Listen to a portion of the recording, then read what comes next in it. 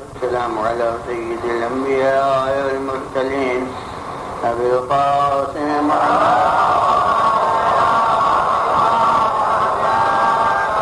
خاتم النبيين وآله الطيبين الطاهرين المعصومين. أما بعد فقد قال الله سبحانه في كتابه المبين وهو أصدق الصادقين: قل إن كنتم تحبون الله فاتبعوني يحببكم الله ويغفر لكم ذنوبكم والله غفور رحيم.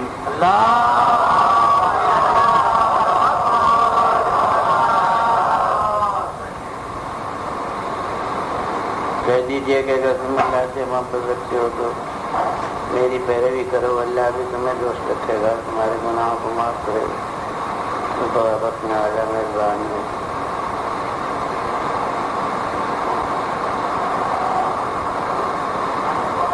تعارف آئینوں کا ہو رہا ہے. میں کا پہلا آئینہ قد اعظم تقریباً برابر تھا.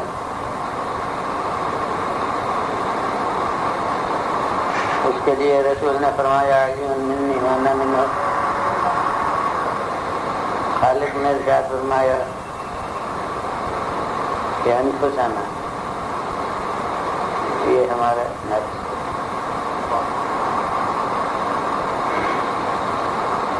اب دوسرا آئینہ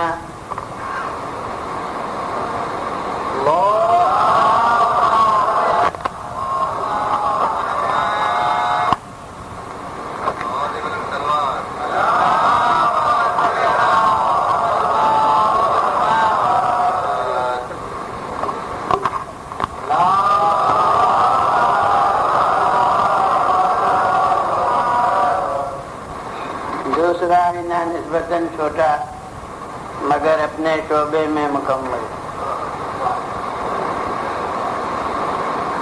پیغمبر خدا صلی اللہ علیہ وسلم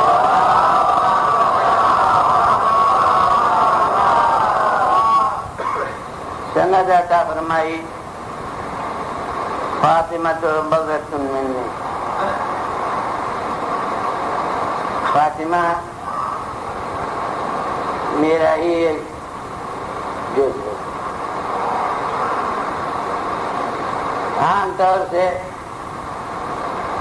اس کا ترجمہ کر دیا جاتا ہے کہ لخت دل ہے، پارے جگر ہے. حقیقت کے لحاظ سے تو یہ بات صحیح ہے، یہ لخت دل بھی ہیں اور پارے جگر بھی ہیں، مگر ارشاد رسول کے ترجمے میں لخت دل اور پارے جگر کہنے سے بات محبت پر ڈھل جاتی ہے. وہ تو ہر اولاد اپنے ماں باپ کی لخت دل ہے اور پارے جگر ہے. مجھے دل کی عربی بھی معلوم ہے اور جگر کی عربی بھی معلوم ہے، مگر ارشاد رسول میں نہ دل ہے نہ جگر. ارشاد رسول میں تو ہے بضعۃ منی، میرا ایک ٹکڑا. دل کہاں ہے، جگر کہاں ہے؟ اور اب میں عرض کرتا ہوں کہ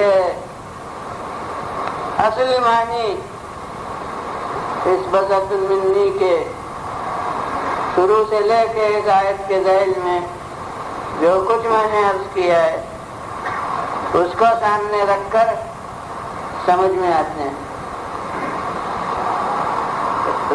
رسول کا فریضہ ہدایت ہے اور ہدایت کے دو ذریعے، ایک اقوال اور دوسرے افعال. اقوال کے لیے اطاعت واجب، افعال کے لیے اتباع واجب.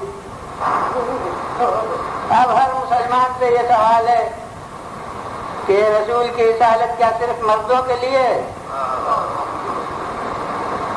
ظاہر ہے کہ رسالت رسول تمام نوع بشر کے لیے، مگر اقوال رسول تو مردوں کے لیے بھی ہیں اور عورتوں کے لیے بھی۔ اقوال رسول صرف مردوں کے طبقے کے لیے ہیں، عورتوں کے طبقے کے لیے اقوال رسول نمونہ نہیں ہو سکتے۔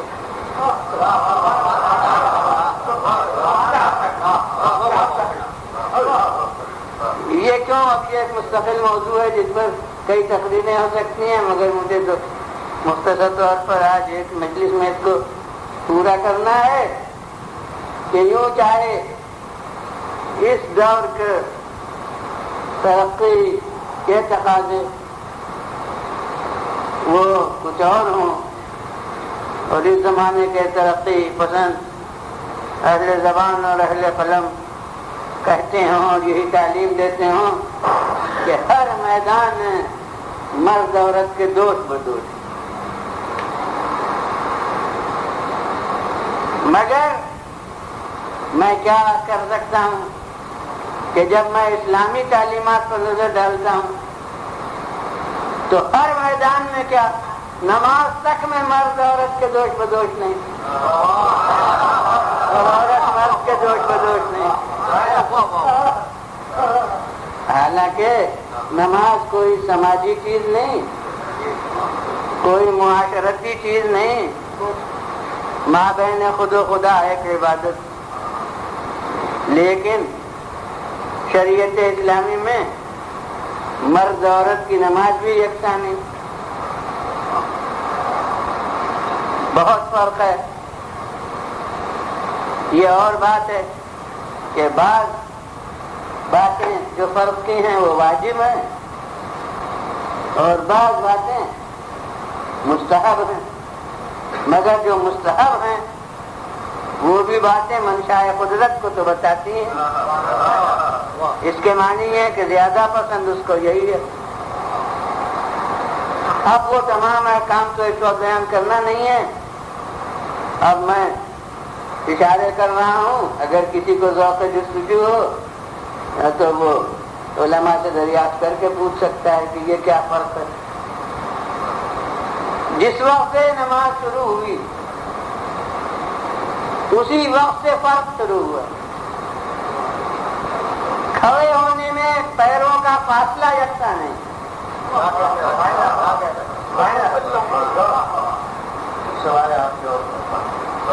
اس کے بعد ہاتھوں کے رکھنے کا طریقہ یکساں نہیں، کھڑے ہونے کی حالت۔ میں نے کیا کہ ہر فرق واجب نہیں ہے، کچھ مستحب۔ تو مرد کے لیے اب دوسری فقہوں کا اس وقت ذکر نہیں ہے، فقہ جعفری کے لحاظ مرد کے لیے ہاتھوں سے رکھنے کا طریقہ جو ہے وہ اور یعنی کھلے ہوئے ہاتھ، اور عورتوں کے لیے مستحب یہ طریقہ نہیں ہے، ان کے لیے مستحب یہی ہے کہ یوں کو ہاتھ۔ اور جناب یہ تو قیام ہو گیا، اب سورے پڑھے جائیں گے قیام کی حالت میں۔ مردوں کے لیے نمازوں میں اختلاف، کوئی کسی نماز میں آواز کے ساتھ، کسی نماز میں اخفاق کے ساتھ، صبح اور مغرب و عشاء میں جہر واجب، اور ظہر و عصر میں اخفاق واجب، اور عورتوں کے لیے جتنی نمازیں ہیں سب اخفاق، کسی ایک میں بھی جہر کا حکم نہیں۔ لیجیے یہ اتنے فرق تو قیام کی حالت میں ہو گئے۔ اس کے بعد اب قیام کے بعد رکوع ہے تو رکوع میں جھکنے کا پیمانہ مختلف، اب رکوع کے بعد سر اٹھایا تو سجدے میں جانے کا انداز مختلف، اس کے بعد سجدے میں اعضاء کے رکھنے کی ساخت زمین پر الگ الگ، سجدے سے سر اٹھا کے بیٹھنے کا طریقہ الگ الگ، اور پھر دونوں سجدوں کے بعد کھڑے ہونے کا انداز الگ الگ، ہر قدم پر ہو۔ اور اب ہر صاحب عقل غور کرے کہ نماز میں رجوع قلب بڑی اہم بات ہے، اور رجوع قلب کے معنی ہے محویت، اور ہمارے سامنے محویت کی مثال یہ برابر آپ بھی سنتے رہے ہیں کہ نمازی کے پیر سے تیر کھینچ لیا جاتا ہے اور نمازی کو خبر نہیں۔ تو محویت یہ ہے رجوع قلب کا معیار۔ اب ہر صاحب عقل غور کرے کہ اگر ایسی محویت ہو کہ مرد اپنا مرد ہونا بھول جائے اور عورت اپنے عورت ہونے کو بھول جائے تو ان احکام کی پابندی ہی کہاں ہو سکتی ہے؟ ان احکام کی پابندی اسی وقت ممکن ہے جب پوری نماز میں مرد کے پیش نظر یہ رہے کہ میں مرد ہوں، اور عورت کے پیش نظر یہ رہے کہ میں عورت ہوں۔ اس کے معنی یہ ہے کہ خالق کی نظر میں جتنی اہمیت اپنی عبادت میں خضوع و خشوع کی ہے، اتنا ہی ہر ایک کے اپنے خصوصیت صنفی کو یاد رکھنے کی ہے۔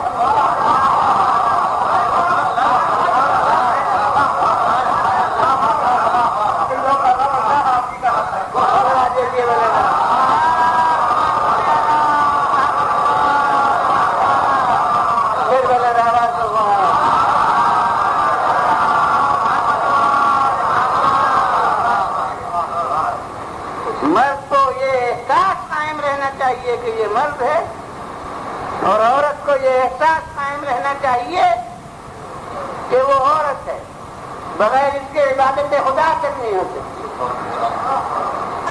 اور یہ دو فرق اصل نماز میں ہے۔ اور اس کے بعد لباس نماز،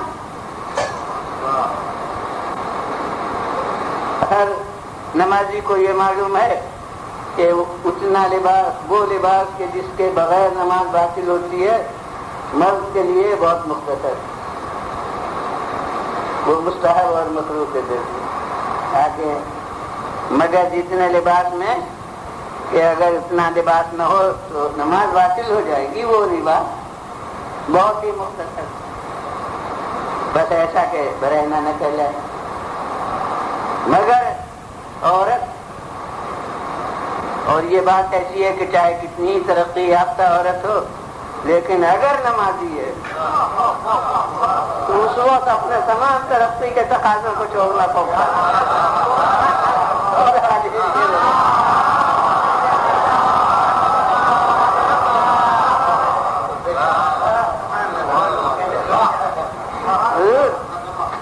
نماز کی حالت میں لباس جو عورت کے لیے ہے تو وہ سوا چہرے اور دونوں ہاتھوں کے، بس یہ مستثنا، اور کوئی جز بھی مستثنا نہیں ہے۔ وہ لباس جو ایران میں عام طور سے شرعی پردہ تسلیم کیا گیا ہے، تو نماز میں تو باجماع یہ پردہ ہے جو صحت نماز کے لیے ضروری ہے، مگر وہ جو وہاں ہے وہ اختلافی ہے، اسے بھی یہ نہیں کر سکتے کہ نئی بات نکالی ہے، نہیں، ہمیشہ سے دو قول ہے، کچھ لوگ چہرے اور ہاتھوں کو مستثنا سمجھتے رہے، یہ اور بات ہے کہ ہم اس فتوے سے متفق نہ ہوں، دوسری بات۔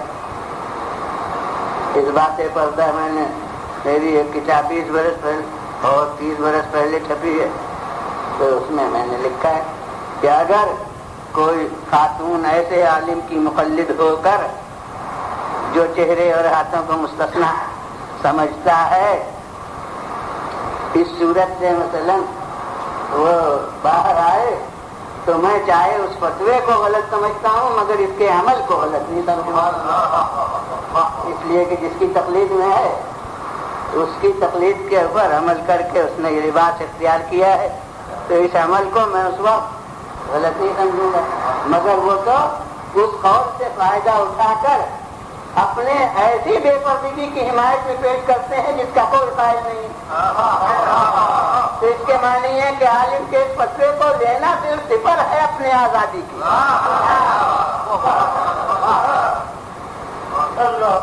تو دنیا والے جس حد تک ترقی کا تقاضا قرار دیتے ہیں وہ کسی عالم کے نزدیک اسلام میں جائز نہیں، روا نہیں ہے، غرض یہ کہ سوا چہرے اور دونوں ہاتھوں کے کوئی جز بھی اگر کھلا ہوا ہو تو نماز باطل ہوگی۔ اب اسے جس کو شک ہے کہ وہ کسی بھی صاحب علم سے پوچھ سکتا ہے، جو میں عرض کر رہا ہوں کہ یہ شرط نامحرم کی وجہ سے نہیں ہے فقط، اگر اکیلے مکان میں پردہ شب میں دروازے بند کر کے کمرے کے اندر پردے ڈال کر بھی نماز ہو اور اس سے زیادہ کوئی جز کھلا رہے تو نماز باطل ہوگی۔ میں کہتا ہوں اس سے دنیا خالق کا منشا معلوم سمجھے کہ جو خالق اپنی بارگاہ میں عورت کو بے پردہ دیکھنا نہ چاہتا وہ اس کو پسند کرے گا کہ بلحوث مردوں کے سامنے وہ کھلے بندوں ہر طرف سے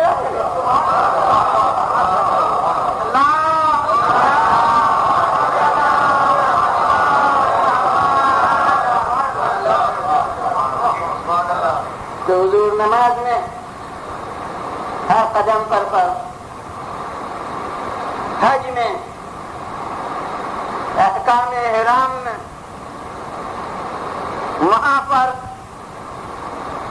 اور غلط طور پر وہ ترقی یافتہ افراد عورتوں کو سمجھاتے ہیں کہ دیکھو ان مسلمان مولویوں نے تمہیں یعنی عورت کے طبقے کو کتنے زحمتوں اور مشقتوں میں ڈال دیا ہے اور مردوں کے لیے کھلی ہوئی آزادی۔ مگر میں کہتا ہوں کہ دیکھیے آزادی کس کو دی گئی ہے؟ مرد ذرا سا ریشمی کپڑا بھی پہن کے کھڑا ہو تو نماز باطل، اور سر سے پیر تک ریشم کے کپڑوں میں لپٹ کے نماز پڑھے، نہ گناہ اور نہ نماز باطل۔ مرد ایک چھلا بھی اگر سونے کا پہن لے تو نماز باطل اور گناہ بھی، عورت بقدرے برداشت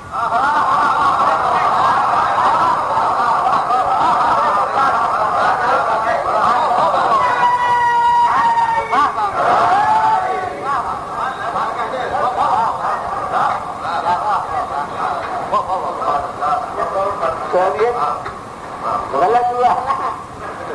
اور پھر احرام میں جا کے دیکھیے ہم لوگ کس مصیبت میں گرفتار ہوتے ہیں۔ اب وہ حج کی راہ میں ہے، ایک فریضہ ادا ہو رہا ہے، لہذا خوشگوار بن جاتا ہے کہ وہ جناب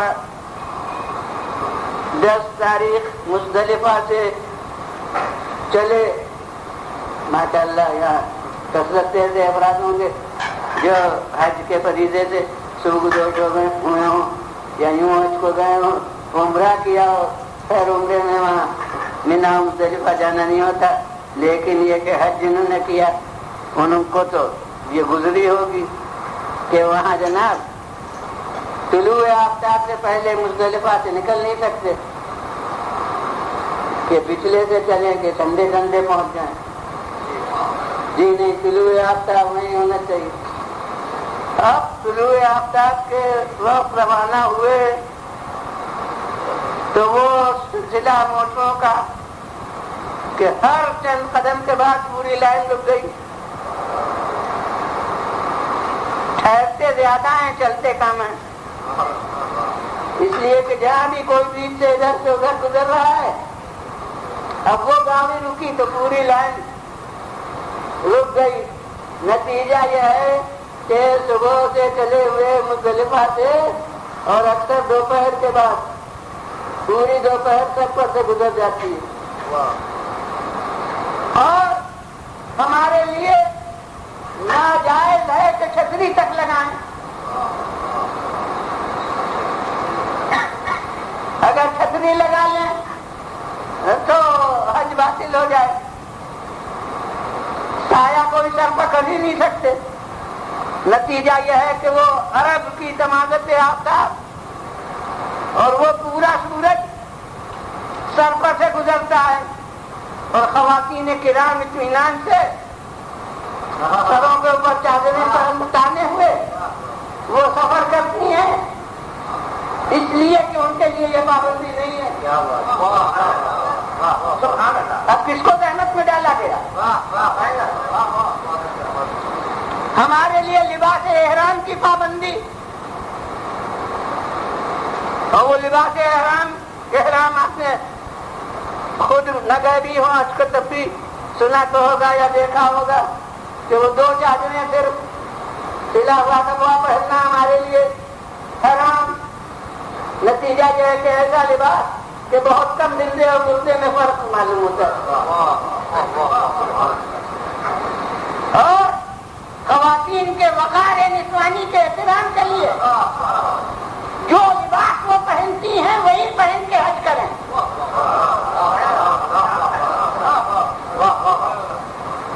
اسی لباس میں ان کا حج درست ہے۔ تو اب آپ نے دیکھا کہ یہ نہیں ہے کہ زحمت میں عورتوں کو ڈالنا ہو اور مردوں کو آسائش منظور ہو، بلکہ ان کے نظام عزت و شرف کے لیے جتنی پابندی ضروری ہے اتنی ان پر عائد کی گئی ہے، اور ان کے عزت و شرف کے لیے خالق نے ان کے پورے لباس کا احترام کیا ہے۔ اب وہ خود اس لباس کو ختم کر دیں تو یہ اللہ کو کہاں پسند ہے؟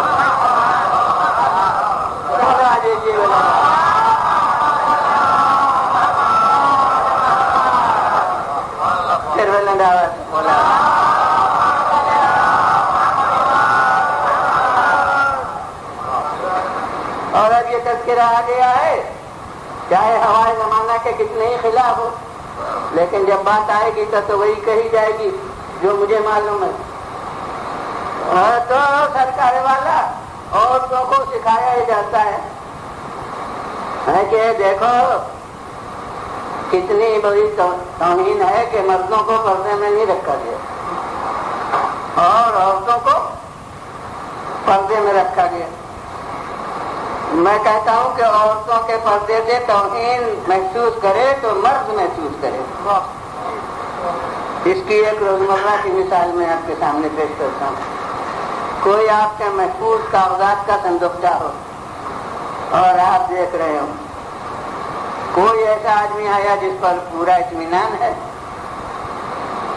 صندوقچہ کھلا رہا، کاغذات دیکھتے رہے، اور کوئی آدمی ایسا آیا جو آپ کی نظر میں مشکوک ہے، جس پر آپ کو بھروسہ نہیں ہے، فوراً صندوقچہ بند، کاغذات مقفل۔ توہین کس کی ہوئی؟ کاغذات کی ہوئی یا اس آدمی کی ہوئی؟ اس کے معنی ہے کہ جس کا پردہ ہو اس کی توہین نہیں ہوتی، جس سے پردہ ہو اس کی توہین۔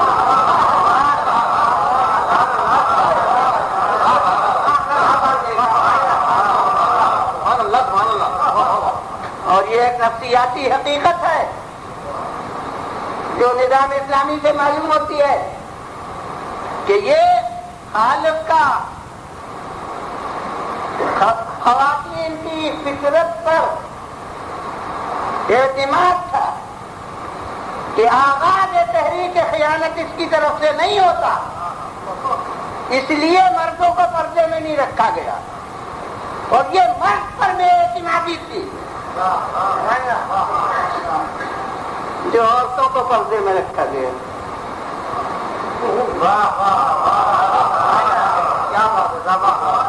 اور اسی لیے مردان روزگار کو نہ گوارے۔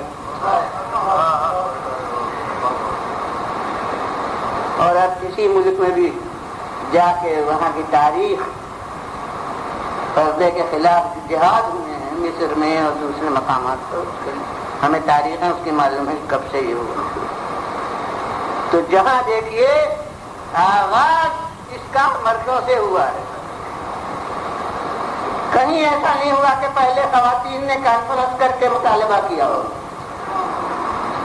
ہر جگہ ترقی یافتہ مردوں نے ان کے حالدار پر آنسو بہانا شروع کیے اور انہوں نے کتابیں لکھنا شروع کی، انہوں نے مقالے لکھنا شروع کیے کہ یہ عورتوں کو کتنا ظلم ہو رہا ہے کہ ان کو بند کر کے رکھا جاتا ہے. اب مثال تو بڑی سخت ہے، متعلق ہے جس کے خلاف متعلق، لہذا کسی کے برا ماننے کی بات نہیں. میں کہتا ہوں یہ عورتوں کے پردے پر مردوں کا احتجاج،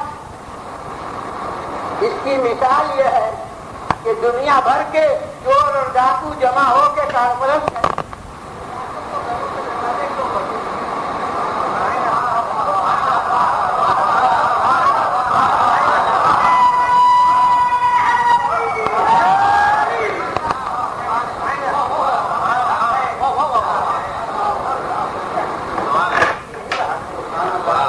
ارے آزادی ہونا چاہیے.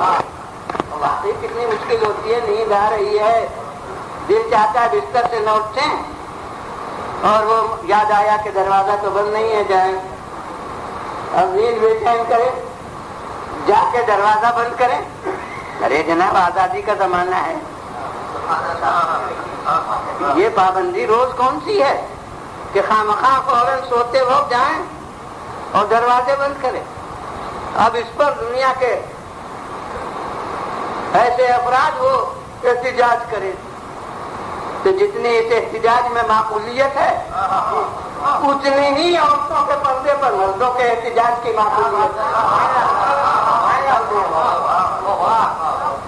جن سے تحفظ کے لیے حکم ہے وہی احتجاج فرما رہے ہیں.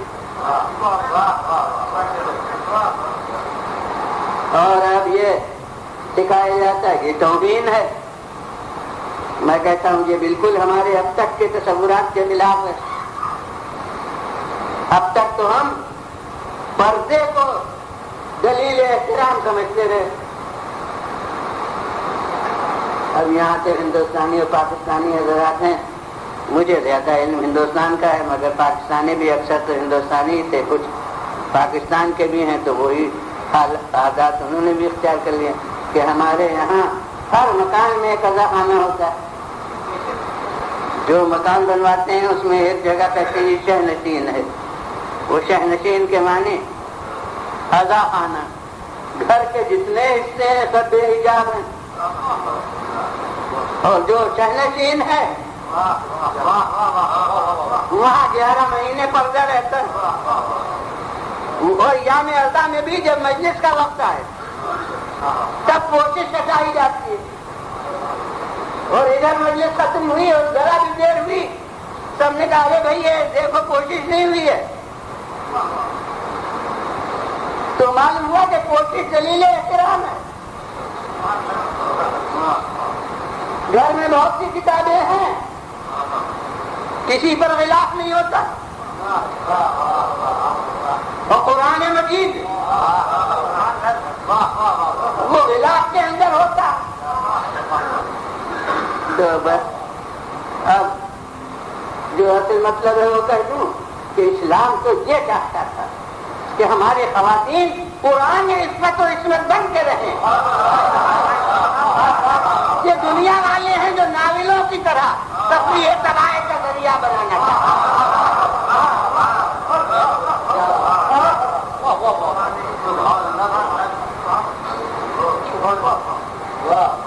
اور پھر اب ایک اور دوسرے رخ سے آپ کے سامنے اس حقیقت کو پیش کر دوں کہ اگر پردہ بنظر توہین ہوتا تو دینی حیثیت سے جن کا احترام زیادہ تھا ان کو پردے سے مستثنی کیا جاتا. مگر ہم دیکھتے ہیں کہ جن کا دینی حیثیت سے اعزاز منظور ان کو حکم پردہ میں کمی کے بجائے اور زیادتی کر دی گئی. ازواج رسول یقیناً پیغمبر خدا صلی اللہ علیہ وسلم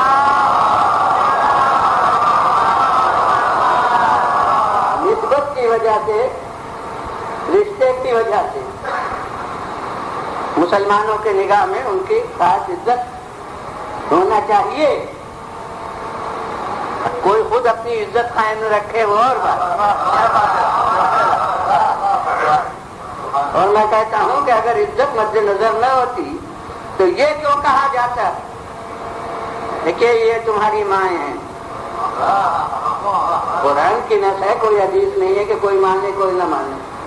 قرآن کہہ رہا ہے ازواجہ امہاتہم، ان کی رسول کی بیویاں ان کی مائیں ہیں.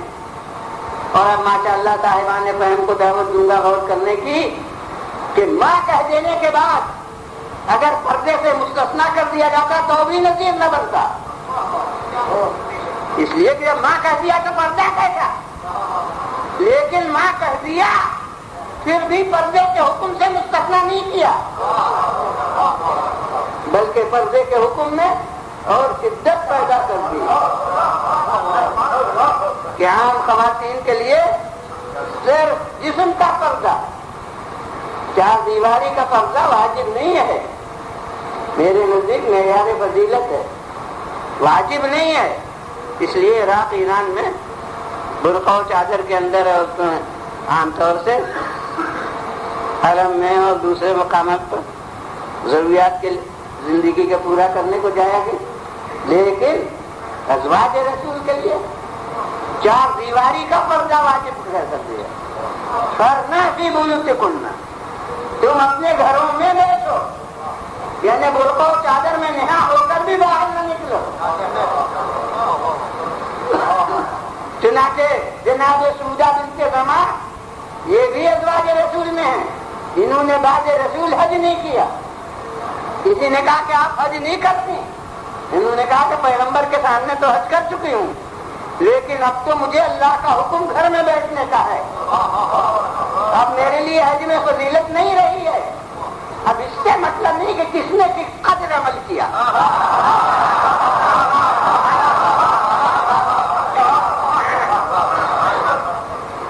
لیکن حکم الہی. اور وہ خاتون معظمہ جس کا ذکر میں کر رہا ہوں، جسے رسول نے اپنا جز کہا،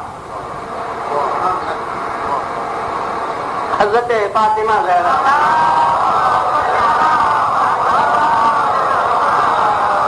ان کا معیار پردہ کیا کہ باپ کے خطبے میں کبھی برقع و چادر میں نہا ہو کر بھی نہیں آئی. حالانکہ جو حضرات گئے ہیں انہوں نے تو آنکھوں سے دیکھا ہوگا کہ خانہ حضرت فاطمہ اب بھی مسجد کا جز ہے. یہ اور بات ہے کہ خاردار تار کہیں دیے گئے ہیں کہ ظاہری نہ جائیں، مگر مسجد سے باہر تو لے جایا نہیں جا سکا. اب بھی خانہ سیدہ مسجد کے اندر ہے. اس کے معنی ہے کہ مسجد اور خانہ سیدہ کے درمیان نہ کوچا نہ بازار. لیکن باپ کے خطبے تک میں کبھی نہیں آتی.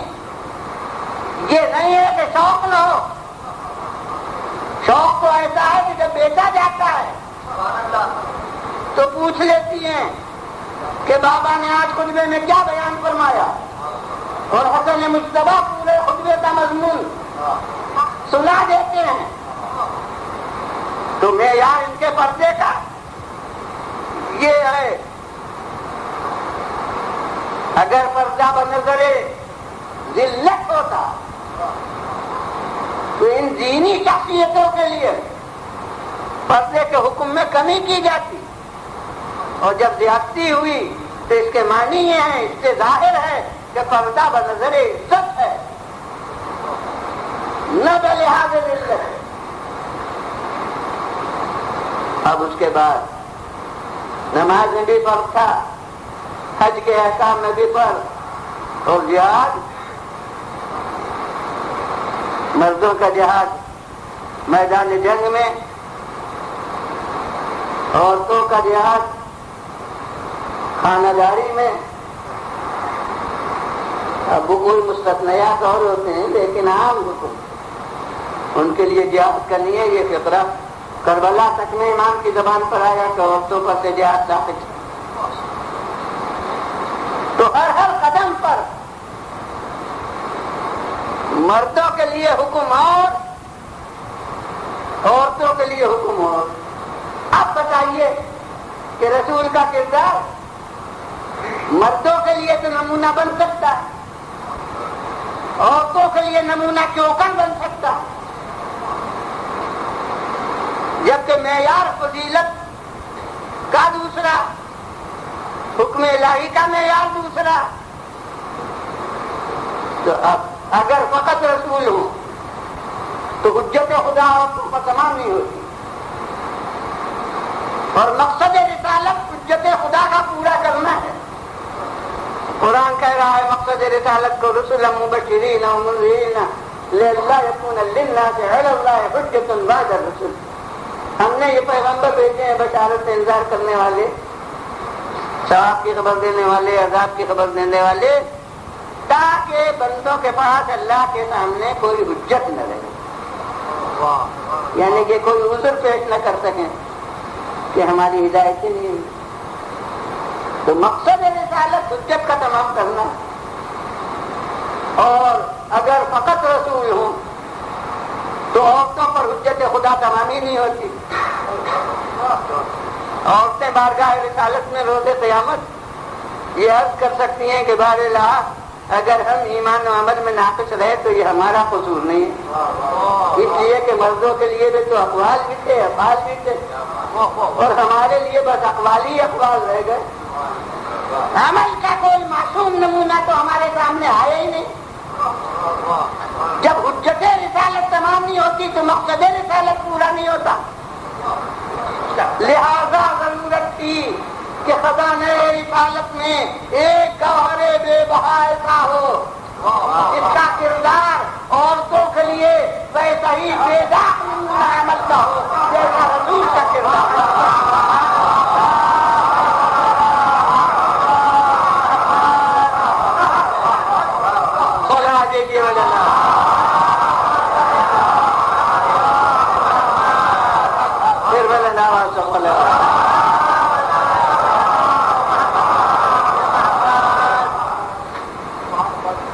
اور اس کے لیے خالق نے اپنے رسول فاطمہ زہرا ایسی بیٹی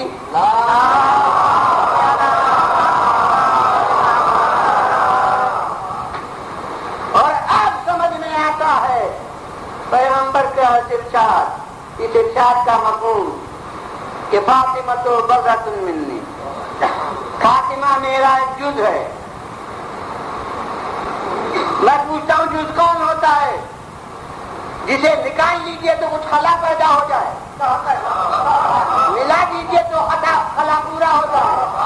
اور کیوں سمجھیے کہ قصر رسالت پیغمبر کے 4 گوشے ہیں، ایک ہدایت قولی مردوں کے لیے، ایک ہدایت عملی مردوں کے لیے، تیسرے ہدایت قولی عورتوں کے لیے، چوتھے ہدایت عملی عورتوں کے لیے۔ فاطمہ کو ملائیے تو 4تھی جگہ بنتی ہے، نکال لیجیے تو 4تھی جگہ۔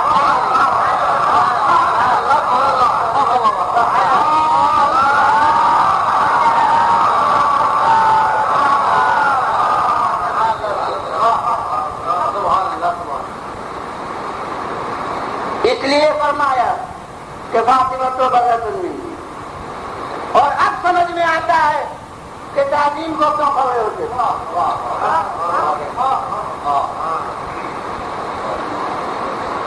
حالانکہ یہ بیٹی ہیں، بیٹی ہونے کا تقاضا ہی نہیں ہے کہ باپ تعظیم کرے۔ یہ خود عمل بتاتا ہے کہ فاطمہ فقط بیٹی نہیں ہے، کچھ اور بھی ہے، اور وہ اور کیا ہے؟ وہ اسی سے شروع سے اب تک جو موضوع ہو رہا ہے اور جو بضعۃ منی کی تشریح کی گئی ہے اسی کے تحت میں۔ اور اب ایک پہلو کی طرف مجمع کی توجہ دلاؤں، اصول یہ ہے کہ قول رسول کی بھی پیروی لازم، وہی اطاعت ہے، اور فعل رسول بھی سند ہے۔ اب فعل رسول کیونکہ رسول واجبات ہی نہیں عمل میں لاتے تھے، مستحبات بھی عمل میں لاتے، جو جائز کام ہے وہ بھی عمل میں لاتے تھے۔ تو اب اس لیے پہلے رسول کے سند ہونے میں یہ الگ سے سمجھنا پڑے گا کہ کون واجب ہے، کون مستحب ہے، کون مباح ہے، لیکن بہرحال سند ہے تو ہی ماننا، لیکن یہ یقیناً ناجائز نہیں ہے۔ پیغمبر خدا صلی اللہ علیہ وسلم اس کی دلیل ہے۔ تو پیغمبر خدا صلی اللہ علیہ وسلم کا پابندی کے ساتھ جو کہ یہ کم سے کم مستحب ضرور ہے، ارے جائز ہوتا تو کبھی کرتے کبھی نہ کرتے۔ جیسے اب ایک اور موضوع ہے مگر بہت سے لوگوں کو اس میں غلط فہمی ہے کہ یہ خود احادیث اہل سنت میں ثابت ہے کہ پیغمبر خدا صلی اللہ علیہ وسلم، اور یہ صراحت ہے ان احادیث میں کہ پیغمبر خدا صلی اللہ علیہ وسلم نے بغیر عذر، بغیر سفر، بغیر مرض، بغیر خوف دونوں نمازیں ملا کے بھی پڑھی ہیں، ظہر عصر اور مغرب و عشاء، دونوں نمازیں ملا کے بھی پیغمبر خدا صلی اللہ علیہ وسلم نے اگر کوئی عذر کی صورت حال ہوتی تو یہ ثابت ہوتا کہ حالت عذر میں صحیح ہے، لیکن یہ میں نے کہا کہ صراحت ہے کہ بغیر مرض و سفر و خوف، بغیر ان مجبوریوں کے آپ نے دونوں نمازیں ملا کے بھی پڑھی۔ تو اس لیے ہر نقطۂ نظر کے مسلمان کو اس عمل کو صحیح تو ماننا ہی پڑے گا۔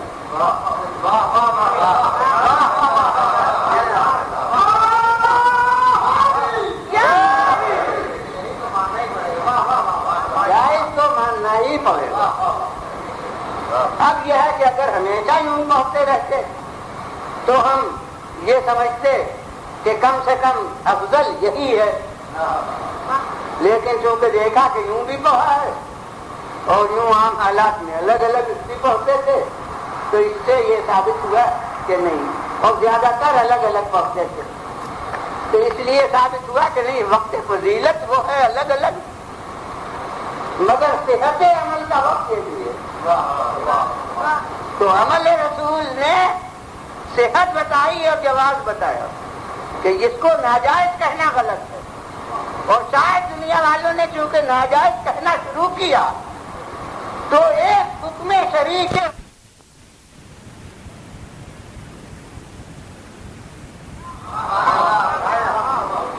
اس کی وجہ سے یہ سمجھا جانے لگا کہ وہ ہمارے فقہ کے لحاظ سے وہ صورت غلط ہے۔ نہیں، وہ بھی غلط نہیں ہے، ہماری کتابوں میں اوقات فضیلت الگ الگ عملیوں میں بھی علماء سے لکھتے ہوئے ہیں کہ وہ الگ الگ فضیلت ہے، لیکن یہ کہ ملا کے پڑھنا بھی درست ہے، خواہ اول وقت پڑھا جائے خواہ وسط وقت میں پڑھا جائے، ملا کے بھی پڑھنا درست ہے۔ تو عمل رسول اگر پابندی کے ساتھ ہے تو کم سے کم اس سے افضلیت ظاہر ہوگی، یا واجب ہوگا یا مستحب ہوگا۔ اب ایک حقیقت کی طرف میں آپ کو متوجہ کروں کہ ایک عمل رسول صحاح ستہ میں موجود کہ پابندی سے رسول سے کر رہے ہیں، وہ کون؟ حضرت فاطمہ کے لیے